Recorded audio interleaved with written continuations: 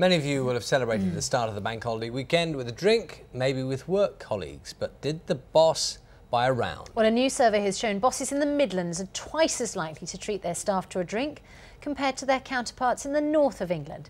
Employment experts say, however, it's not always a good practice, as Keith Doyle reports. You've worked hard all week, you've made your boss happy, and now, after work, it's time for them to show their appreciation by buying their staff a drink. Unfortunately, that's not always the case. It seems many bosses have short arms and long pockets, according to a new survey of people who go for an after-work drink with colleagues. This survey from a leading brewery splits the UK into four, and it suggests that when it comes to buying a drink after work, bosses in the north are the tightest, with only 1 in 5 getting a round in. Those in Scotland, well, they're a little better. About a third of bosses there will buy a drink for their employees.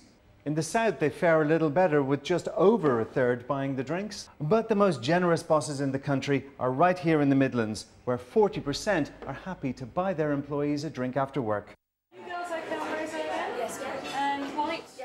One of them is Kate Canty, who runs a solicitor's in Birmingham. While she doesn't want to give the impression she and her staff are quick to leave the office for the pub, she says it's important to bring her employees out for the occasional drink.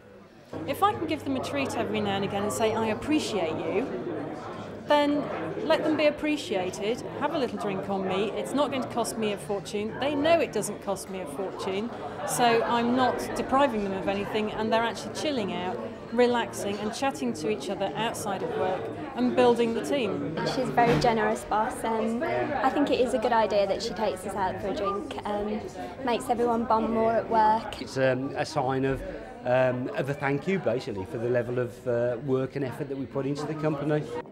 In the UK, we work some of the longest hours in Europe, so keeping your staff on side is a good idea, but getting the drinks in does come with a warning. I think it can be a good idea and it can improve staff motivation, but I think you need to be careful because is this an inclusive approach? For instance, how about part-timers or people who've got long commutes? How about people who don't feel comfortable in a pub environment for a number of reasons, including religious beliefs? So I think it's one of a number of opportunities available to you, and perhaps think about other things that don't involve alcohol, such as going for lunch or bowling or other team activities. The experts say the best way to keep your staff motivated is to provide a good, supportive working environment. But I'm sure many of us wouldn't mind the boss getting a round in as well. Keith Doyle, BBC News. You're watching Breakfast from BBC News. The headlines